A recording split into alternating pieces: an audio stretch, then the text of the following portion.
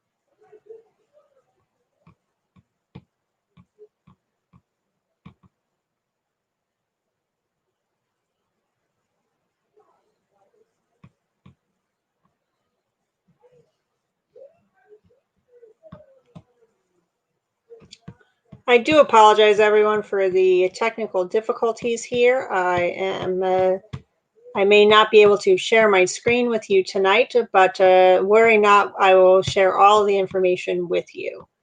So just bear with me.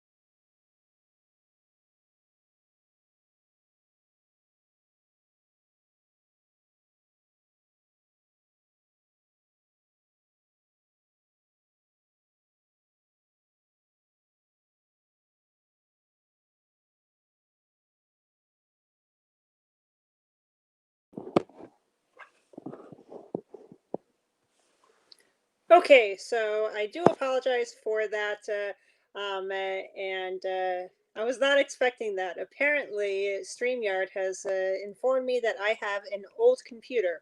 But like I said, don't worry, we will get through this as best we can.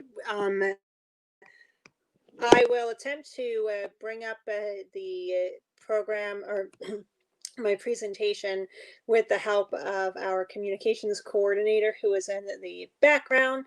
But in the while we wait for that, I will just jump on into the presentation. So like I said, we are talking tonight about expungements and shielding in Maryland. And the first thing that we're going to talk about is what is an expungement? Do apologize. Okay, so in Maryland, there are a number of different types of ways that you can remove from public view information about certain types of cases. The bulk of what we're going to be talking about today, and I want to thank you to Jordan for getting the presentation up on the screen. I do appreciate that. So the biggest one is expungements. Expungements are just for criminal cases that are where a person could be facing potential jail time. And shielding are for certain types of criminal cases, as well as certain types of protective and peace orders. And then sealing is any other type of case where you're trying to remove certain information from the public view. Now, expungements or the removal of criminal records from public inspection, including from court and law enforcement records. What that means is in Maryland, under Maryland law, if you have a criminal record, whether it's an arrest, a charge, a conviction, if it's eligible for expungement, then you can legally say that that crime never happened. Shielding keeps some information from the public. Expungement destroys the entire file. But shielding, well, that's the goal of expungement, but shielding is when there are the cases still exists in the court record, but some of that information is no longer accessible by the public, which in today's day and age, that would be Maryland Judiciary Case Search. I'm sure many of you are familiar as to what that is. So shielding would remove that information from case search. And then sealing limits the inspection of a case record. Okay, so next slide, please. All right, so expungements. There are two ways that you can file an expungement. Either one of those is going to be a petition, but there are two really big differences. One is those types of expungements for cases where you are not convicted. There's no guilty, it's called disposition. So anything but a guilty. That's going to be acquittal, dismissal, probation before judgment, nolle prosequi, stet, not criminally responsible. The rules are a lot different than those petitions for guilty dispositions. And we're going to get into what the details are for the two different forms. Next slide, please. Okay, here is just to give you an idea of what the expungement petition looks like for a case where you have not gotten a guilty disposition. Next slide, please. And we could back up one. And then there's the form for an expungement based on a guilty disposition. Next slide, please. And here is a general waiver and release form that is required for cases where it's not been 3 years from the date that you got the disposition. So if you went to court and you resolved the case within 3 years, And you are eligible for an expungement, let's say for a nolle proseque, where the state decided they're not going to go forward with the case, they're just going to dismiss it. If that happened, say 6 months ago, you can get the case expunged now, but you would have to fill out this form waiving your right to sue anyone that might have been involved in the case. And that's generally because state statutes of limitations are normally up to 3 years. So the court, or the reason behind not letting you expunge a case that's less than 3 years old is to avoid destroying a file when when you may still have a right to sue. So in order to get rid of those newer cases, sometimes you do have to fill out a general waiver and release. Next slide, please. Okay, so now we're going to go in depth into the expungement petition. There is no charge to expunge a case in which a disposition is either said acquittal or not guilty, and that's for the circuit court. If you're filing a case in the circuit court that is not guilty, you don't have to pay $30. But if it's something else in circuit court, whether it's a dismissal, a guilty, what have you, you have to pay $30. In the district court, however, so long as you did not get a guilty disposition, you do not have to pay a filing fee. But even if you have to, even if there's a required filing fee, if you do not have the money to pay that, you can fill out a fee waiver form to avoid having to pay those fees.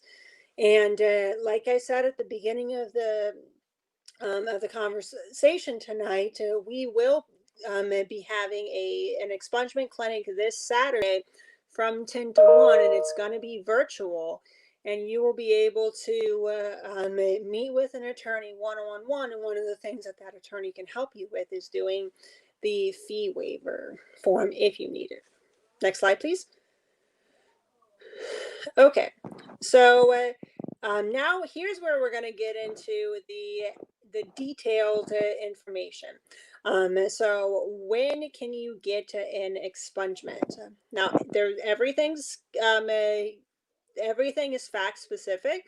So what I say here we'd have to look at your entire cases. I will start off by saying that in order to have your cases be expungible, in order to actually be able to file the petition, you cannot have any open criminal or serious traffic cases where you could potentially go to jail for. You can't have any open cases of those type. Now, if you have a dismissal, so a nolle proseque, you can get that expunged immediately. You don't have to wait any time, but you do have to file the waiver form. If you get a not guilty, again, you can file that at any time, but you do have to do the waiver form. Probation before judgment. If you have that, you have to wait 3 years from the disposition date, meaning that the day that you got the probation before judgment, or the date that you finished up probation, whichever is later. So that's really fact specific, but don't worry, an attorney can help you read case search, read what happened. If you have that information, great. But even if you don't, we can probably help you out to figure out when your probation before judgment might be expungible. The only difference here, or the only caveat here, is that if you were found guilty in another case after you got the probation before judgment, within 3 years after getting the PBJ, meaning probation before judgment, you would not be able to get to the PBJ expunged unless you would be able to get that guilty conviction shielded.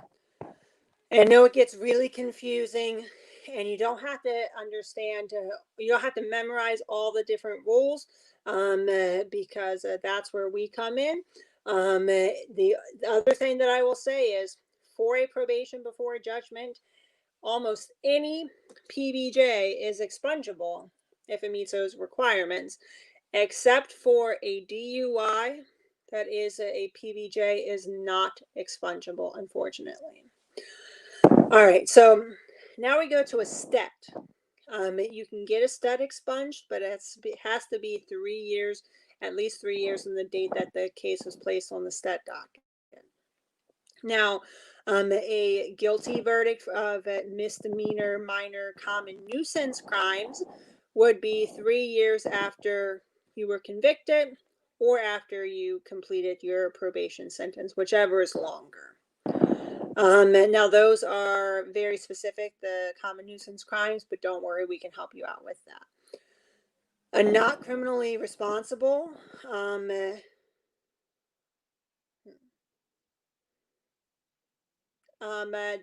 I believe may not be accurate. So we're just going to move on from there. The nolle prosequi is just like a dismissal, it is immediately expungible, but you do have to file the waiver. The no, sometimes you might hear a nolo plea or nolo contendere plea. That is not eligible for expungements, because it, in many different ways, it's treated as a type of guilty plea. In many ways, not, but for purposes of the expungements, you're not able to get that expunged. Shielded cases, it's very difficult to get those expunged. And most of the time, if you shielded a case, it's probably because it's not eligible for expungement. If you had a case where you were charged as an adult, but the case later got transferred to juvenile court, that you can also file to get expunged immediately after it's been transferred. Again, provided that you have no open cases. And then if you have a governor's full and unconditional pardon, you can get that expunged immediately from the date it was signed by the governor of Maryland, but it must be done within 10 years from that date. Essentially, you'd have to do it within 10 years of getting the pardon, or you won't be able to get it expunged. Next slide, please. Okay. So, now we're going to go into a little bit more tips, and when are you not entitled to an expungement? So most other guilty convictions, other than certain nuisance crimes, you're not going to be able to get expunged. I will say, however, that there is a big exception to that, but it's complicated as to where you can look to find it, and we'll get into it a little bit later. But again, don't worry. That's where we come in. And if you do have any questions with that, we can set you up with an attorney for our clinic that's going to be happening this Saturday. And if you missed the clinic for this Saturday, don't worry, because we have another clinic scheduled for 2 Saturdays from now on November 14th from 10 to 1. So again, so if it's a guilty other than a common nuisance, then it's going to be harder for you to get an expungement. If you had a PBJ and you've been convicted of another crime within the 3 years of getting the PBJ, or you had a DUI, it's going to be very hard for you to get an expungement, if at all. You have to have you can't have any open criminal or serious traffic cases. And here's a big thing that people don't think about. So when you get charged with a crime, a lot of times you have more than one charge, and that's in a case. So you may have one case, but multiple charges. And you may be only convicted of one of those charges in the case. The unit rule means that if you were convicted, if you have one charge that is not expungible in the case, the entire case is not expungible. So what does that mean? Say a person is charged with armed robbery, and armed robbery, assault, and theft, and they are only convicted of the assault charge. If the assault charge will prevent them from getting expunged up to a certain point, so that means that the armed robbery, the robbery, and the theft charge are not going to be expunged either, even if all of the rest of them were dismissals.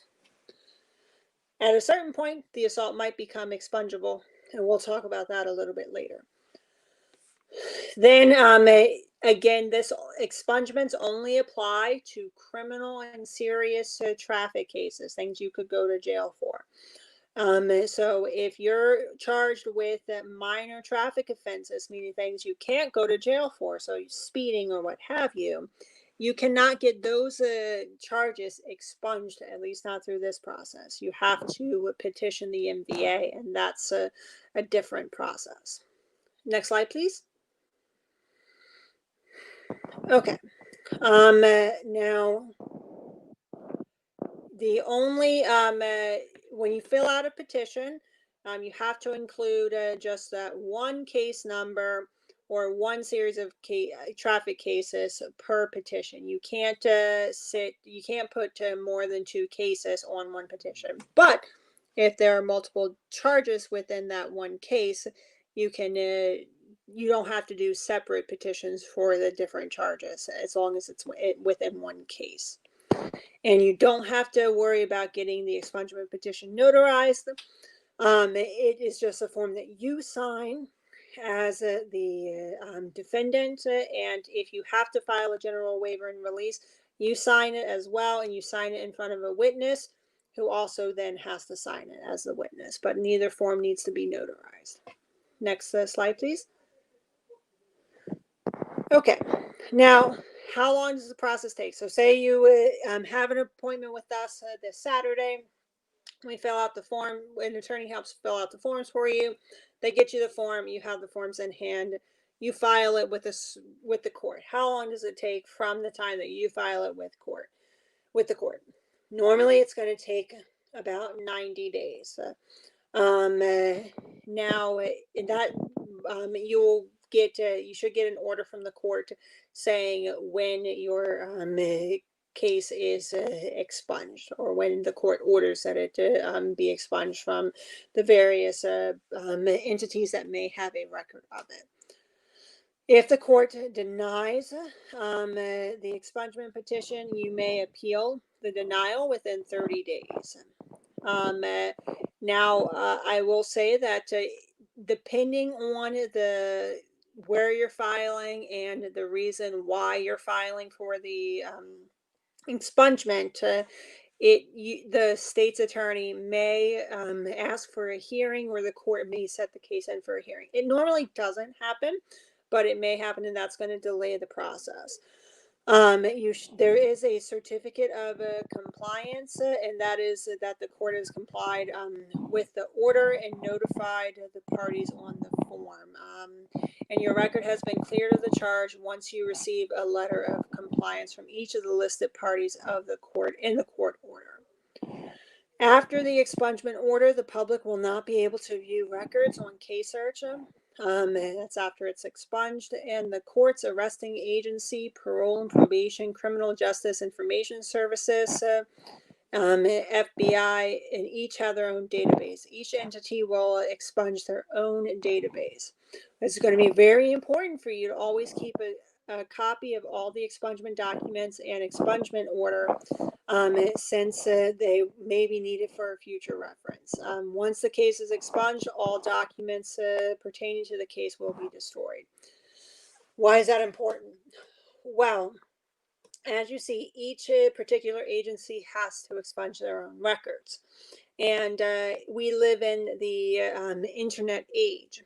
What that means is that there very likely may be some evidence that the case that you're getting expunged did exist at one point in time.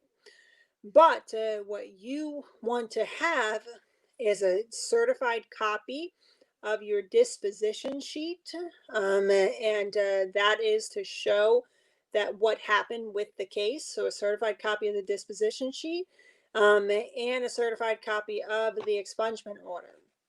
You want to have those so that you can prove to whoever is asking about it, about why that case existed. You want to be able to prove what happened. The fact that whatever the disposition was, and the fact that, excuse me, it was expunged at a later date. And if you do not get the certification now, or the certified disposition sheet now, and you wait until after the case has been expunged, it may be too late, because the whole point of the expungement is to get rid of the court case file. Next slide, please. Okay. So if you are not a U.S. citizen, it is advisable that you do not file for an expungement unless and until you become a U.S. citizen. The reason why I say that is that there may be certain immigration consequences that can come from expunging the case, and not necessarily a direct consequence, but a lot of times the USCIS is going, the United States Customs Immigration Services is going to want to know what happened with any particular criminal or traffic cases. And if you have expunged the file, expunge the case, you may not have the evidence that they need in order to process your paperwork. And for that reason, amongst the others, it's advisable that if you are not a U.S. citizen, that you do not expunge a case. But if you have questions, by all means, come and make an appointment with us for one of our clinics this Saturday or on November 14th, so that we can talk to you specifically about your case. Next slide, please. Okay. There are a lot of different ways to get help with expungement questions. Like I said at the beginning, I work for Community Legal Services of Prince George's County. And you see that we're here on this screen. There are a number of other organizations that may be able to help you. Maryland Volunteer Lawyer Services, Maryland Office of the Public Defender, other organizations as well. You can represent yourself if you want. You do not have to meet with an attorney in order to fill out the petition. You can get the petitions online. You can watch videos online, even refer back to this video if you need it in order to see, to get some help to fill out the petitions if you wanted to represent yourself. And then also you see here some information about the MVA, the Criminal Justice Information System. So do refer to this list. You can always pause the video while you're watching it and take that information down, and contact the various resources when you need them. Next slide, please. All right.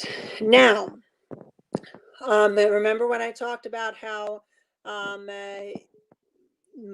certain guilty convictions may be eligible for expungement later on? Well, here's some of them. I'm not going by any means to go through this list. It is very long. I think it's another 2 slides after this. But essentially, the rule is this. Outside of what we talked about before, if you have a guilty conviction, it used to be, prior to these new rules, well, they're not new now since they're from 2017 and 18, but prior to that, if you had a guilty conviction, the only way, outside of the nuisance rules, the only way that you could get an expungement would be that if you got a pardon, and those are very hard to come by. Not impossible, but harder. These rules, however, make it so that if you have one of these misdemeanor convictions, and you have gone 10 years from the date of finishing up your entire sentence, so that means off probation, off parole, not in jail, nothing like that. 10 years from the date of that, of finishing up your entire sentence, and then you may be eligible to get that guilty expunged. It does, depending on what other cases you may have, it may affect that. But the rule generally is that if you have a guilty, and it's one of these rules here, it's been 10 years from the date that you finish up the entire sentence and you have no other guilties after that that are not expungible, or no other cases after that that are not expungible, then you can get these cases expunged. There is a different a rule specifically for assault, that if an assault involves a domestic issue, then it will be it'll be 15 years, as you can see on the screen when it talks about second degree assault. But next slide, please. You can see that there's a bunch of other ones here as well. And again, there, you can go to the next slide. Like I said, I'm not going to read all of these. It is very fact specific. That's one of the things that the attorneys at our clinics this Saturday or on the 14th can help you go through. So I do encourage you to register and take a little bit of time out of your Saturday to meet with an attorney and see what cases you have may actually be expungible. Now, next slide. Okay, so what we just talked about were guilties for misdemeanors. Well, there are now, from 2018, certain felonies. It's not a lot of felonies, so we are going to talk about which ones they are, but certain felonies are now eligible for expungement, so long as you've gone 15 years from the date you finish up the sentence, the entire sentence, no more jail, no probation, no more parole, you finish up the entire thing. If 15 years have passed and you have no new cases, that would be not expungible. If you have been convicted of a felony theft, felony possession with intent to distribute a controlled dangerous substance, or a felony burglary, whether it's first, second, or third degree burglary, any of those ones may certainly be expungible. And that's a really big deal. It's not as many cases that we would like to see, but it is a lot better than it used to be. So even if you do have a guilty conviction now, you very well may be eligible for an expungement. So come on, make an appointment, and we will see if we can help you with that. Next slide, please. All right, so we kind of finished up the expungements. I do encourage you, if if you think you may have some cases out there, set an appointment. If you know of family members or friends that need that could benefit from this, let them know about our services. They can fill out the form online. You can use your phone to fill out the form, and then use your phone to meet with the attorney on Zoom. And we do hope that we'll see a lot of you on this Saturday. Now we're not gonna go in as a detail with the rest of the shielding and sealing, but I do want to talk about it just briefly so that we can talk get it out to get the information out here. And so for shielding, there are 3 types. There are certain crimes that are not expungible, that most of them are not expungible. You may, however, shield them from public view. The catch is that you can only do a shielding once. It's under the Maryland Second Chance Act. And then it'll be removed from case search so people can't see it. It's not as good as expungement, but it is helpful for certain individuals. Then for shielding of protective and peace order cases, certain cases, once the order has completely ended, the respondent may be able to ask the court to remove those documents from public view, from case search and whatnot. And then, of course, if you are a victim or witness in a criminal case, you may be able to shield your address or telephone number. Next slide, please. Okay. And for criminal convictions, we'll go a little bit over that, but not too much in detail. Next slide, please. Here you can see the criminal convictions that can be shielded. And as you can see, it's not an expungement by any means, but it can make your case not accessible by the public, and you can see what those types of crimes are. And again, if you want to look into that in more detail, you can just pause the video right now and look at those. But you don't have to memorize that. You can always ask one of our attorneys. Next slide, please. Okay. Just a couple of pointers that a domestically related crime cannot be shielded, and those are crimes committed by a defendant against a person eligible for relief or a person with a sexual relationship. Now, again, you can always ask one of our attorneys, and we can help you figure out whether your cases are domestically related or not. Next slide, please. So you must wait 3 years from the time the sentence is completely ended, meaning jail, parole, probation, what have you. You have to have no other open cases, and like I said, it's a one and done type of option made available to you.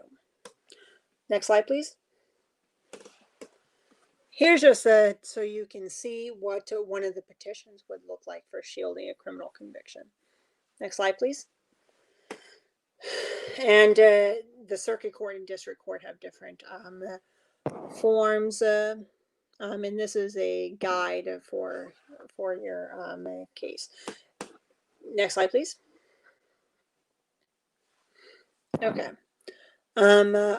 Under certain circumstances, records shielded under the Second Chance Act can be accessed by certain parties, and that's one of the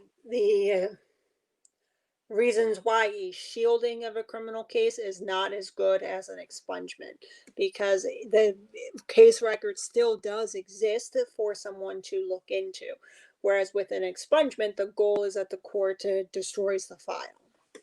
Next slide, please. Okay, now for protective and peace order cases, those can be shielded as well. It's the respondent who normally asks for a case to be shielded, and they can request that it be shielded only when the case was dismissed or denied, or the case was the respondent consented to the final order, and the order has since expired, and there's been no further incidents between the petitioner and the respondent, and there's been no conviction out of the act of abuse. A petitioner can request that his address and his name be shielded. Next slide, please. Okay. In order to request the shielding, the respondent has to wait 3 years from the denial or the dismissal and do a general waiver and release, meaning they agree not to sue any party involved. And like I said, there can't be any other final peace or protective orders between the two parties, and no criminal conviction or pending charges between the two. And that's for dismissed ones. For consented to ones, still have to do the general waiver and release if it's within 3 years from the expiration of the order. Must have no violations of the order, and no criminal convictions or pending charges or other final protective or peace order cases between the parties. Next slide, please. Here's just so you can see what a petition looks like for shielding the denied or dismissed orders. Next slide, please. And here's for the consented orders. Okay. Now, as far as a respondent requesting to shield a peace order, it's a very similar process to a protective order. It just happens to be a difference of the relationship between the petitioner and the respondent, which I'm not going to get into here. But if you are interested in knowing what the difference is, you can always contact us at Community Legal Services. Like I said, at the end of the stream, I'll have our contact information on one of the slides. Now, that's fine. You can move on. Like I said, the peace order and the protective order process for shielding is very similar, except it's a little bit different. So here would be the denied or dismissed peace order shielding. Next slide. And here would be for the consented to one. Just important to know that you're filling out the right form. Next one. Okay. Now, shielding a petitioner's address in a protective or peace order case, it's relatively simple. Next slide. The petitioner just needs to make a filing with the court and explain why they want that. Next slide. It's a very similar process for shielding a victim or witness's address and phone number in a criminal case. Next slide, please. They would just fill out this form and request it of the court. Next slide, please. All right. Now, sealing case records. It's a very different process from expungements and shielding. This limits access to what documents from a case record can be examined by the public. And it's extremely different, mainly because with expungements and shielding, it's like a formula. If your conviction or if your disposition was a certain type, then you either are or are not eligible for expungement. Sealing, it's different. Next slide, please. It would apply to any other type of case record that we haven't talked about with the expungement and shielding. So that could be an exhibit, a complaint, another filing, and it could be a civil case or an equity case or what have you. Next slide, please. There is a form that you could use to ask the court to seal the case. It's by no means guaranteed that you that the court will grant it. Unfortunately, we will not be able to give you a consultation on sealing case records on this Saturday or at our expungement clinics. But I did want to just touch upon this because since we're talking about expungements and shielding, some of these questions may come up. Next slide, please. Vacator laws are very important. It's very limited at this point in time, unfortunately, but a vacator law is a motion to vacate the judgment for acts of prostitution committed under duress in Maryland. It could at some point in time be expanded to include other types of crimes, but now it is for prostitution and convictions vacated if shown to be related to duress and other requirements.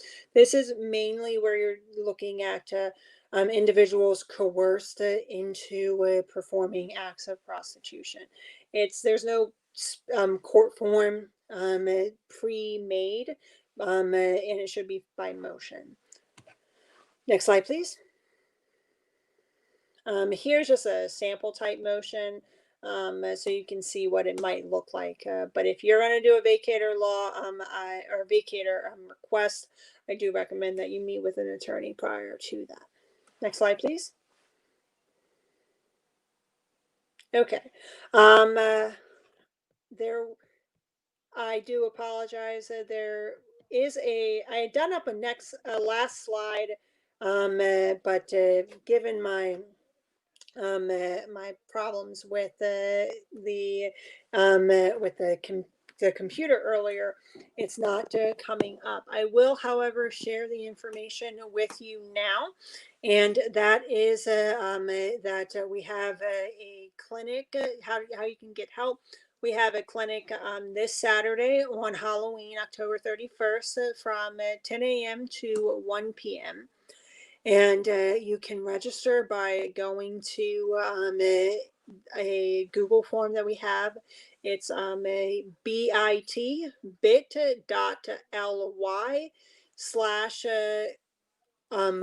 capital letter CLS, then capital O, lowercase ct, numerals 31. I will try my best to put that into as a comment to this video so that you'll have that, but it's a bit.ly/capital letter CLS, capital O, lowercase ct 31. Please go there if you think that, even if you just want to talk to an attorney and see what your case might be eligible for. It doesn't cost you any money.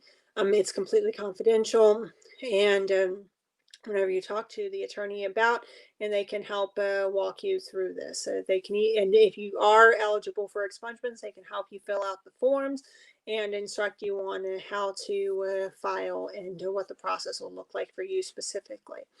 If you have any other questions related to any other areas of the law, or you can't make it to this clinic on Saturday, please reach out to us. You can go to our website, clspgc.org, to apply for services. You can fill out a form on our website. You can email us at info@clspgc.org. You can call us at 240-391-6370. Once again, 240-391-6370. Please reach out to us. And I do really encourage you guys one last time to just come on and make an appointment. Share this video with any friends or family that you may have. Expungement, it is a great tool that you can use to help get rid of some harmful information that's on a public website. And so please, if you think this might be useful, just fill out the form and have a consultation with us. With that, I will end the presentation tonight. I do apologize for my technical difficulties there. I do need a new computer, but I do appreciate all of your guys' patience. And if you have any questions, just give us a call. And I hope you have a good evening, and I hope to see you all on Saturday. Bye.